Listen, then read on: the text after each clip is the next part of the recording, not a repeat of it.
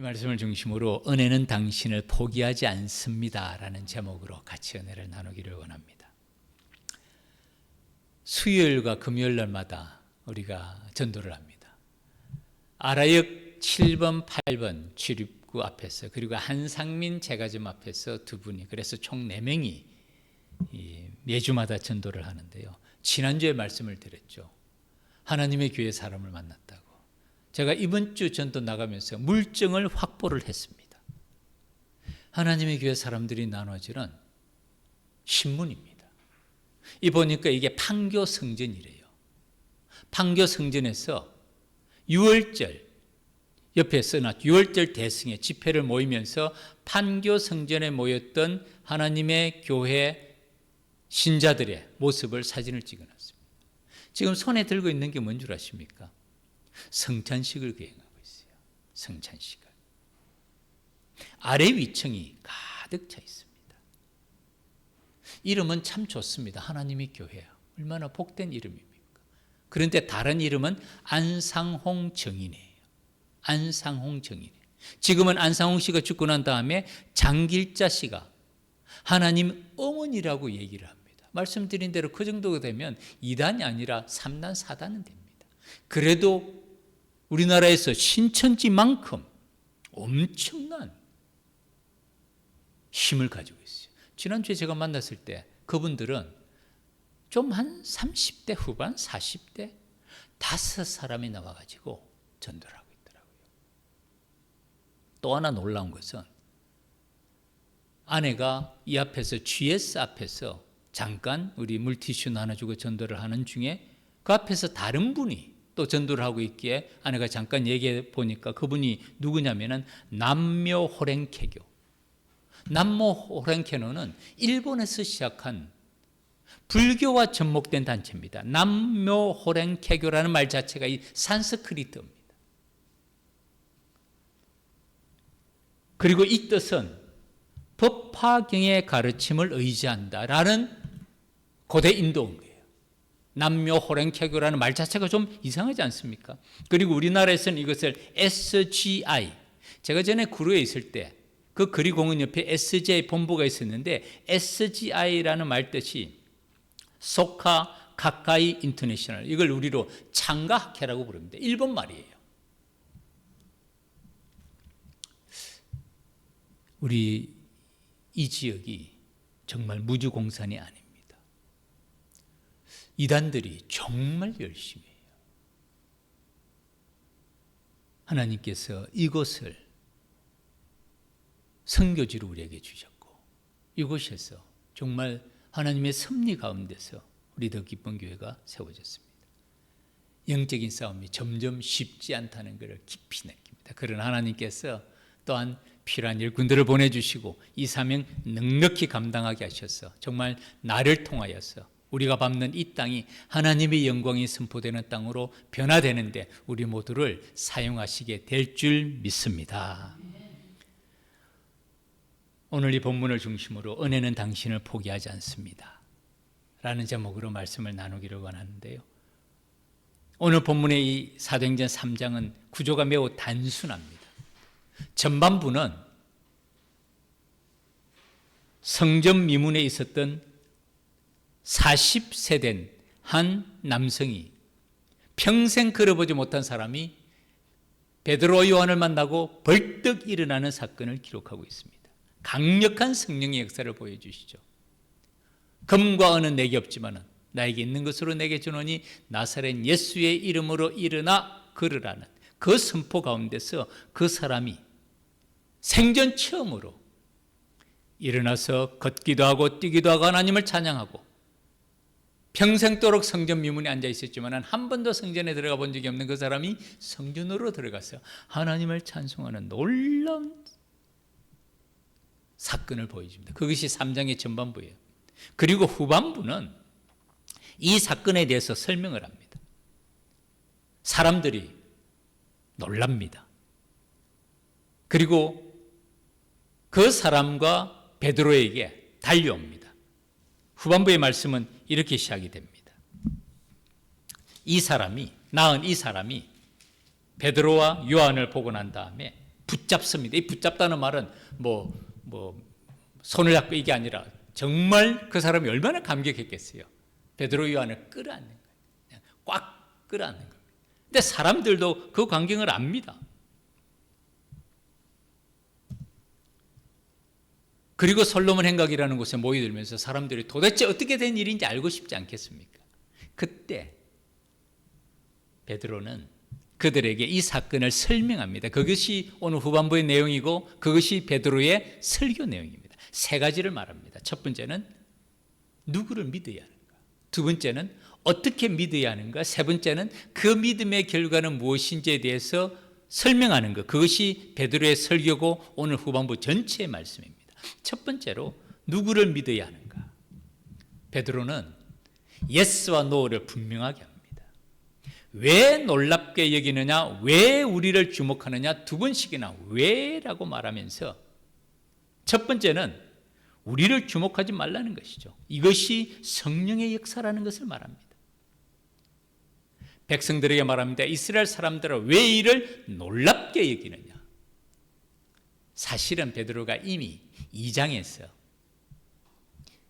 이런 사건들이 오직 성령이 너에게 임하시면 너희가 권능을 받고 예루살렘과 온 유대와 사마리아와 땅끝까지 이르러 내 증인이 되리라는 성령의 역사임을 이미 말씀하고 있습니다. 사도행전의 서두부터 2장 3장이 강력하게 성령의 나타남과 능력, 표적과 기사를 강력하게 보여주고 있는 것입니다. 그리고 3장에서는 사도 베드로가 이 사건이 사람의 힘과 능력이 아니라는 것을 확실하고 분명하게 말씀합니다. 우리 개인의 경건과 능력으로, 권능과 경건으로 이 사람을 걷게 한 것처럼 왜 우리를 주목하느냐. 우리가 아니라는 거예요. 우리를 주목하지 말라는 겁니다. 초대교회의 모습이, 그리고 초대교회에서 사역했던 사도들의 마음의 중심이 여기서 나타납니다. 이것이 성령 충만한 모습이고 이것이 초대교회의 능력의 비밀입니다. 사람들은 누구나가 자기 자신을 내세우고 싶어 합니다. 자신의 이름과 영향력을 나타내고자 하는 것은 동서고금을 막론하고 모든 사람의 공통적인 인간의 본성입니다. 그리고 사실 이 나면서부터 걷지 못하는 이 사람 40년 동안 그 자리에 최소한 30년 이상은 앉아 있었을 것 아닙니까? 그 사람을 이렇게 세운 일이 보통 일입니까? 그럼에도 불구하고 베드로는 자기 자신에 대해서 분명하게 자기 자신의 한계와 정체성을 얘기를 합니다. 처음부터 명확하게 우리는 아니다라고 선언을 하고 있는 것이에요. 노라고 분명히 말합니다. 왜 놀랍게 여기느냐, 왜 우리를 주목하느냐 라고 말한 다음에 베드로의 말이 계속이 됩니다. 그 이름을 믿음으로, 그 이름이 너희가 보고하는 이 사람을 성하게 하였나니, 그 이름이 누구입니까? 예수로 말미암아 난 믿음, 나사렛 예수 그리스도의 이름으로 일어나 걸으라라는, 오직 거기에 베드로는 초점을 맞추죠. 그 이름, 그 이름의 능력이 이 사람을 성하게 하였고 강건하게 하였고라는 뜻입니다. 치유하였고라는 뜻입니다. 그 다음에 한 번 더 말씀하죠. 예수로 말미암아 난 믿음, 그 이름이 바로 나사렛 예수 그리스도의 이름이죠. 믿음이 너희 모든 사람 앞에서 이같이 완전히 낫게 하였다. 초자연적인 능력으로 깨끗하게, 완벽하게, 완전한 치유의 역사가 나타나는 것을 말하고 있습니다. 이런 표적과 기사가 사도행전의 역사가 계속이 되죠. 성령께서 하시는 역사고, 이것이 바로 사도행전의 기록이고 성전행전의 기록임을 말씀하고 있습니다. 성령께서 하시는 일이 바로 이거예요. 예수 그리스도의 이름을 높이는 것이 성령께서 하시는 일인 줄 믿습니다. 지금도 마찬가지예요. 성령의 사역은 예수 그리스도의 이름과 능력을 선포합니다. 그래서 이것을 표적과 기사라고 말하죠. 표적이라고 말할 때 이것을 헬라어로 세메이온이라고 말합니다. 이 세메이온은 여기서 영어의 sign이라는 말이 나옵니다. sign이 뭡니까?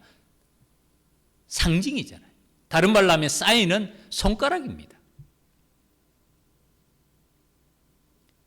예수 그리스도의 이름의 표적이 나타나는 것은 예수 그리스도가 바로 하나님의 아들이요 우리의 구원자이심을 보여주는 표적, 사인이라는 것이죠. 베드로는 이런 표적과 기사가 자기 자신의 능력이 아니라는 거예요. 왜 우리를 주목하느냐? 왜 놀랍게 여기느냐?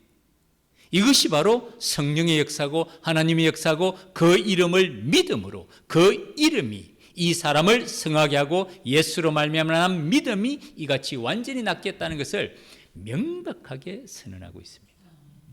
초대교회가 강력한 역사가 나타났던 것 중에 하나가 바로 이것이 있어요.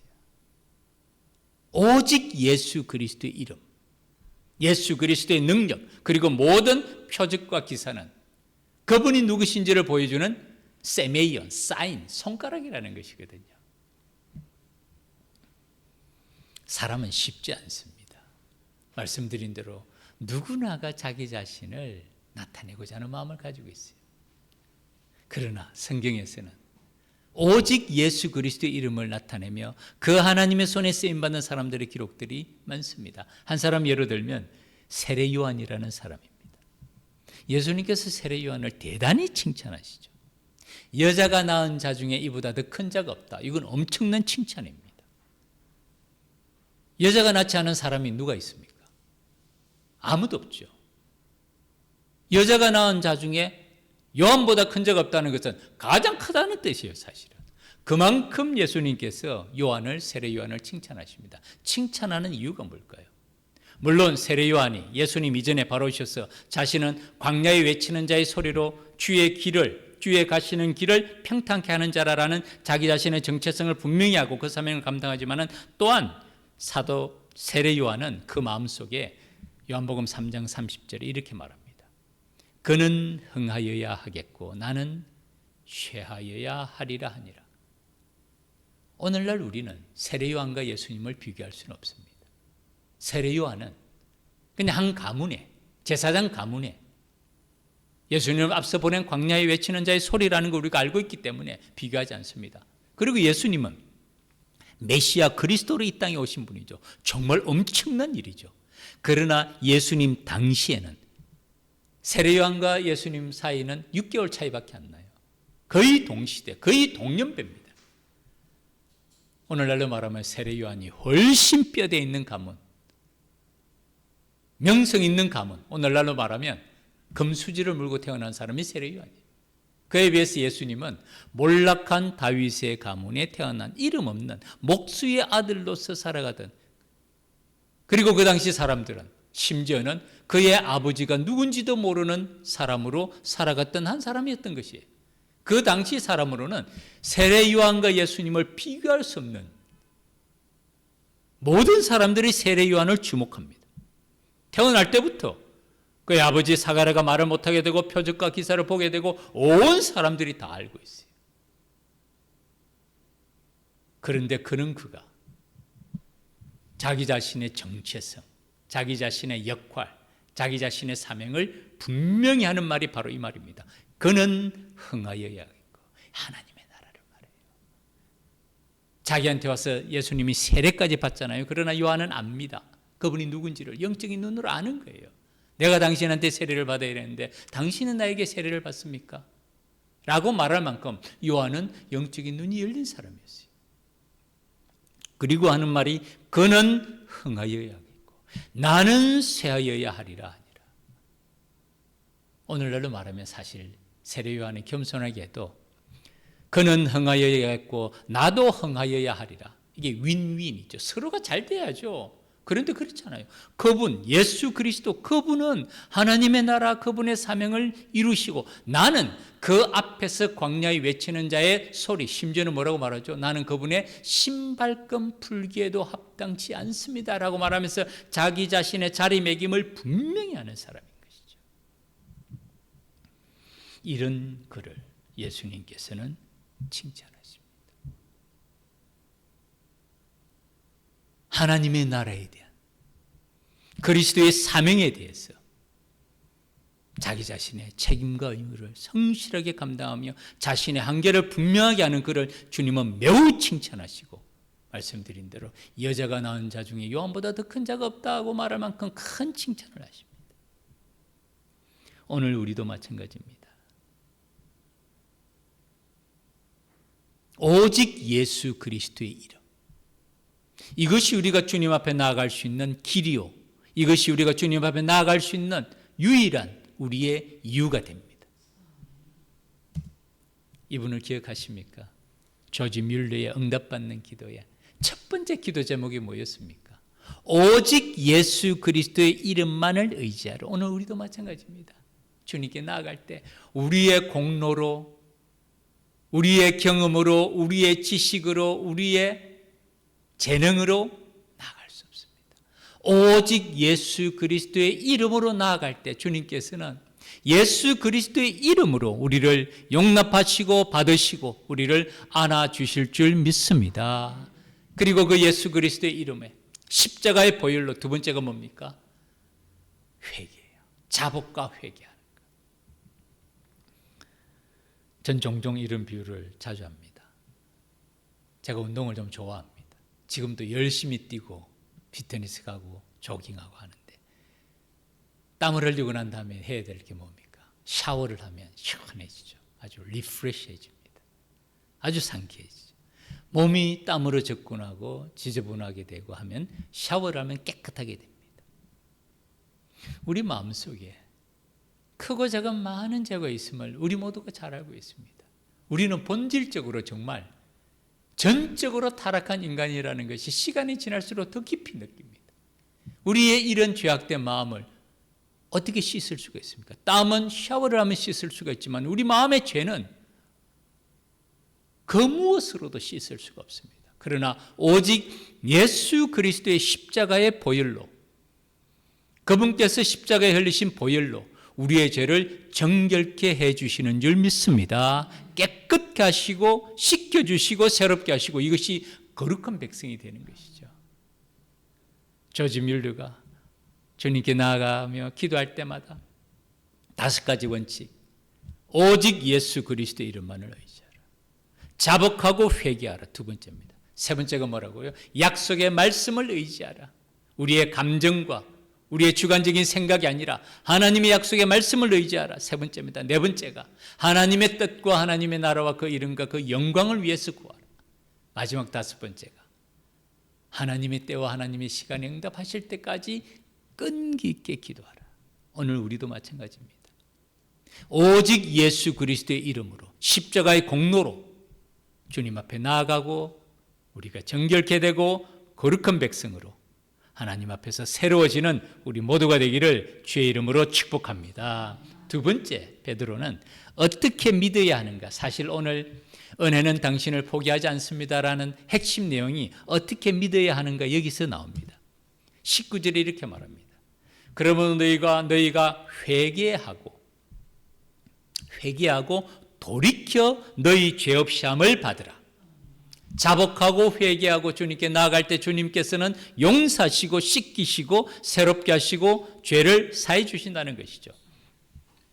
이같이 하면, 회개하고 돌이켜 죄 없이 함을 받으면 새롭게 되는 날이 주 앞으로부터 이를 것이라 라고 말씀을 합니다.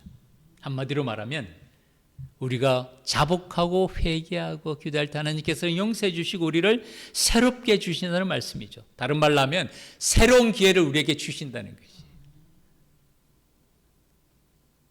은혜는 당신을 포기하지 않습니다. 항상 우리에게 새로운 기회를 주시고 세컨 찬스를 주시는 것이죠. 사실은 사도 베드로가 이렇게 말하는 이유가 있습니다. 그 앞에서 이렇게 말합니다. 너희가 알지 못하여서 그리하였으며 너희 관리도 그리한 줄 아노라.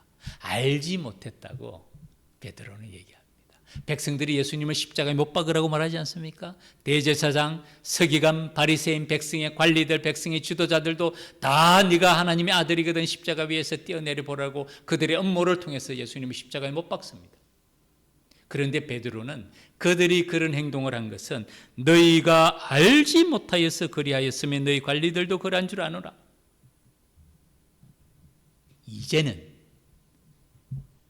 이제는 성령의 역사로 예수 그리스도의 이름이 어떠한지를 깨닫고 난 다음에는 이제는 회개하고 돌이켜 죄 없이 함을 받게 되면 하나님께서는 세컨 찬스, 새로운 기회를 주시겠다는 말씀이에요. 오늘날로 말하면 원 스트라이크 아웃이라는 말이죠. 한 번 실수하면 끝내버리는 거. 원 스트라이크 아웃이라는 거. 그것이 아니라 이 백성들에게, 이 예수님을 십자가에 못 박은 이 무리들에게 베드로는 다시 한번 기회를 주십니다. 두 번째 기회, 세컨 찬스를 주시면서 회개하고 돌이켜 죄 사함을 받으라 라고 말씀해 주시는 것이죠. 말하는 것이죠. 예수님께서 십자가에서 가상 치른의 첫 번째 말씀이 뭡니까? 아버지여 저희들의 죄를 사하여 주옵소서. 자기들이 하는 일을 알지 못함이니이다. 첫 번째 말씀이 용서의 말씀이에요. 아버지여 저들의 죄를 사하여 주옵소서. 자기들이 하는 일을 알지 못한다고. 예수님이 누구신지, 그분이 하시는 사역이 무엇인지에 대해서 알지 못하고 업무와 모략을 통해서 십자가에 못 박은 그들을 용서해달라는 예수님의 용서의 기도가 십자가 위에서 7말씀 가운데 첫 번째가 용서의 기도입니다. 오늘 본문에서도 베드로도 형제들아 너희가 알지 못하여서 그리하였으며 너희 관리들도 그리한 줄을 안다고 얘기를 합니다. 사도행전의 역사는 2장 3장에서부터 1장에서는 성령의 강림하심이 나타나죠. 마가의 다락방에 임한 약속의 성령이 임하시는 장면이 2장 초반에서부터 나옵니다. 급하고 강한 바람같이 불의 혀같이 갈라지는 것이 그 모였던 120명의 모든 사람들 위에 충만하게 임합니다. 그리고 그들이 광장으로 나가서 예수 그리스도는 하나님의 아들이고 그분은 우리의 메시아임을 전하기 시작하는 것이 사도행전 2장의 역사입니다. 그리고 그들은 난곳방언이죠. 약 15개 언어로 복음을 전하기 시작합니다. 그곳에 모였던 디아스포라 유대인들이 깜짝 놀랍니다.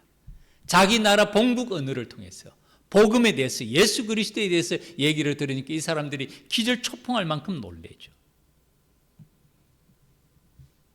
그리고 그들은, 어떤 사람들은 저 사람들이 술에 취했다 라고 조롱할 때 베드로가 그렇지 않다는 것을 얘기하면서 이것이 성령의 역사임을 시편과 요엘의 예언을 통해서 너희 자녀들은 예언할 것이요 젊은이들은 환상을 보고 노인들은 꿈을 꾸리라. 그리고 회개하고 세례를 받고 죄의 사함을 받으면 성령을 선물로 받으리라 라고 말씀을 전할 때 그때 어떤 역사가 나타납니까? 3,000명이 회개하고 돌아오는 역사가 나타나요. 그것이 2장의 사건입니다. 그리고 3장에서는 베드로 요한을 통해서 성전 미문의 이 사건을 통해서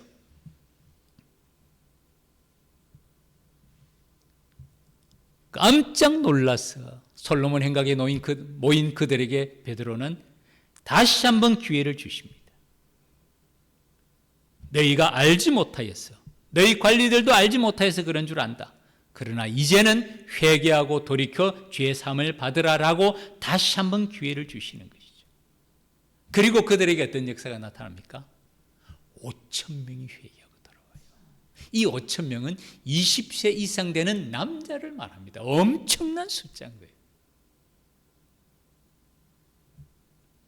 이것이 하나님의 은혜고, 이것이 복음이고, 다시 한번 우리에게 기회를 주시고 불가항력적인 은혜로 정말 성령의 역사하심으로 회개하고 주님께로 돌아오게 하는, 이것이 복음의 역사임을 보여줍니다.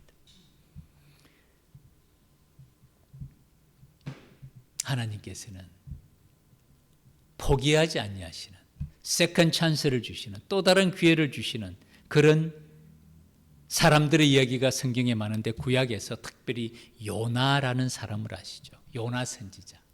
이 지도가 있습니다. 요나 선지자가 예루살렘 욥바가 항구죠. 예루살렘에서 하나님의 말씀을 듣죠. 어디로 가라 그럽니까? 니느웨로 가서 복음을 전하라. 하나님의 말씀을 전하라. 회개의 복음을 선포하라. 니느웨는 약 885km 정도 떨어져 있습니다. 요나는 니느웨로 안 갑니다. 왜냐하면 이 니느웨, 이 나라는 이스라엘 백성들과 가장 적대적인 나라 중에 아주 잔인한 민족 중에 한 사람이었어요. 갈 수 없습니다 하고 도망을 갑니다. 어디로 갑니까? 정반대 방향 다시스로 도망갑니다. 그 다시스까지 거리는 4023km로 나와 있죠. 약 니느웨의 5배가 됩니다. 방향도 정반대예요. 니느웨는 동쪽입니다. 다시스는 서쪽이에요. 그 다음에 사건을 우리가 압니다. 완전한 불순종이에요. 하나님의 말씀에 대한 완전한 불순종이에요. 풍랑을 만나죠. 그 풍랑 장면을 보면 그 풍랑이 자연적인 풍랑, 그야말로 그냥 허리케인이 불고 이게 아니라 정말 초자연적인 풍랑임을 알 수 있어요. 왜냐하면 요나를 던지자마자 그 풍랑이 아주 잔잔해집니다. 그리고 요나는 물고기 뱃속에서 자복하고 회개합니다. 자신을 돌이킵니다. 그때 하나님께서는 이 요나에게 세컨 찬스를 주세요. 다시 니느웨로 갈 수 있도록. 이것이 하나님의 은혜고 이것이 복음인 줄 믿습니다. 은혜는 우리를 결코 포기하지 아니하는 것이죠. 은혜는 당신을 포기하지 않습니다 라는 원래 의미는 하나님의 은혜는 우리를 결코 포기하지 않습니다 라는 뜻이에요. 오늘 이 본문에서도 사도 베드로는 이 백성들에게 너희들이 예수 그리스도를 모르고 십자가에 못 박은 줄 안다. 이제는 다시 회개하고 돌이켜서 새로운 사람이 되라라고 세컨 찬스를 말씀해 주시고, 그리고 그들은 그 복음을 받아들이고 5,000명이 회개하는 놀라운 역사를 나타내는 것이죠. 사실은 베드로도, 이 말씀을 전하는 베드로도 어땠습니까? 예수님을 3번씩이나 부인했는데 어떻게 부인했죠? 저주하며 부인했어요. 저주하며 부인했어요. 3번씩이나. 예수님께서 부활하시고 난 다음에 야, 너 베드로 일로 와봐. 너 인간이 그럴 수가 있냐? 내가 그렇게 얘기했으면 좀 조심이라도 해야지. 1번도 2번도 아니고 3번씩이나. 사람의 탈을 쓰고 그럴 수가 있어. 이렇게 얘기하면 베드로가 할 말이 있겠어요? 정말 주님은 그렇게 하지 않으시죠. 네가 나를 사랑하느냐? 네가 나를 사랑하느냐? 네가 나를 사랑하느냐? 3번 묻는 이유가 거기 있다고 생각합니다. 3번씩이나 부인한 베드로에게 세컨 찬스를 주시는 거예요. 똑같이 네가 나를 사랑하느냐라고 말씀하시면서 그 베드로가 정말 이제는 성령의 충만함으로 완전히 변화되었어요. 그렇게 예수님을 부인하던 그가 오직 나사렛 예수 그리스도의 이름을 전하는, 그리고 성령의 나타남과 능력 가운데서 표적과 기사를 행하는 하나님의 손에 쓰임받는 거룩하고 능력 있는 종이 되는 것이죠. 오늘도 우리에게 하나님께서는 새로운 기회를 주시는 줄 믿습니다. 하나님 우리를 포기했다면 우리가 이 자리에 있겠어요? 우리가 능력이 있으면 얼마나 있습니까? 우리가 똑똑하면 얼마나 똑똑합니까? 우리가 할 수 있는 일이 있다면 또 얼마나 많은 일을 할 수 있습니까? 그게 얼마나 되겠습니까? 하나님의 능력에 그것이 비교할 만한 일이라도 되겠습니까? 그럼에도 불구하고 하나님께서는 오늘도 우리에게 새로운 기회를 주시고 하나님의 나라를 위해서, 그 이름을 위하여서, 그의 영광을 위해서 우리를 사용하시도록, 우리가 쓰임받을 수 있도록 우리의 걸음을 인도하시는 줄 믿습니다. 하나님의 부르시면은 결코 실수가 없다는 것이죠. 내가 이 자리에 선 것도 주의 부르심이라. 하나님의 은혜는 결코 우리를 포기하지 않으신다는 말씀이죠. 말씀을 맺겠습니다. 오늘 읽은 본문은 사실은 오늘 본문의 맨 마지막 부분이죠. 너희는 선지자들의 자손이요 또 하나님이 너희 조상과 더불어 세우신 언약의 자손이라. 하나님이 그 종을 세워 복 주시려고 너희에게 먼저 보내사 너희로 하여금 돌이켜 각각 그 악함을 버리게 하셨다는 이 말씀이 히브리서에서는 이렇게 성취가 됩니다. 선지자들의 자손이요 언약의 자손이요 아브라함에게 이르시기를 땅 위의 모든 족속이 너의 씨로 인하여 복을 받으리라. 이 아브라함의 이야기가 히브리서에서는 이렇게 나옵니다. 하나님이 아브라함에게 약속하실 때에 이 약속이 언약을 말해요. 그리고 이 약속은 쌍방의 약속이 아닙니다. 마치 우리가 자녀들에게 내가 너에게 뭘 해줄게 라고 말할 때는 그 자녀가 어떤 일을 하든지 상관없이 아빠의 약속, 엄마의 약속이 아이들에게 주어지는 것처럼 아브라함에게 약속하실 때 맹세를 하시는데, 맹세할 자가 자기보다 더 큰 이가 없으므로 이 말은 하나님보다 더 크신 이가 누구 있습니까? 그러니까 자기를 가리켜 맹세합니다. 14절 이르시되 내가 반드시 내가 꼭 내가 필히 너에게 복주고 복주며 너를 번성하게 하고 번성하게 하리라. 똑같은 말이 두 번씩이나 반복이 되는 이유가 뭡니까? 강조입니다. 분명함을 말씀하죠. 내가 반드시, 하나님께서 하나님의 백성에게 반드시 꼭 복주고 복주며 번성하게 하고 번성하게 하리라 하셨더니, 그가 아브라함이 한 일이 뭡니까? 이같이 오래 참아 아브라함이 약속의 아들 이삭을 받을 때가 15년이 지나고 난다. 그 아들을 기다리다가 참지 못해서 이스마엘을 받았을 때가 10년이 지나고. 여러분 10년 동안 한번 기다려 본 적이 있으세요? 1년도 쉽지 않습니다. 1년도 쉽지 않아요. 아브라함이 사라와 함께 10년을 기다립니다. 사라가 소식이 없는 거예요. 그래서 그 여종 하갈을 통해서 이스마엘을 낳았을 때가 10년이 지납니다. 그리고 5년이 더 지난 다음에 75세 때 부르심을 받고 100세 때 15년이 지난 다음에 이삭을 낳았죠.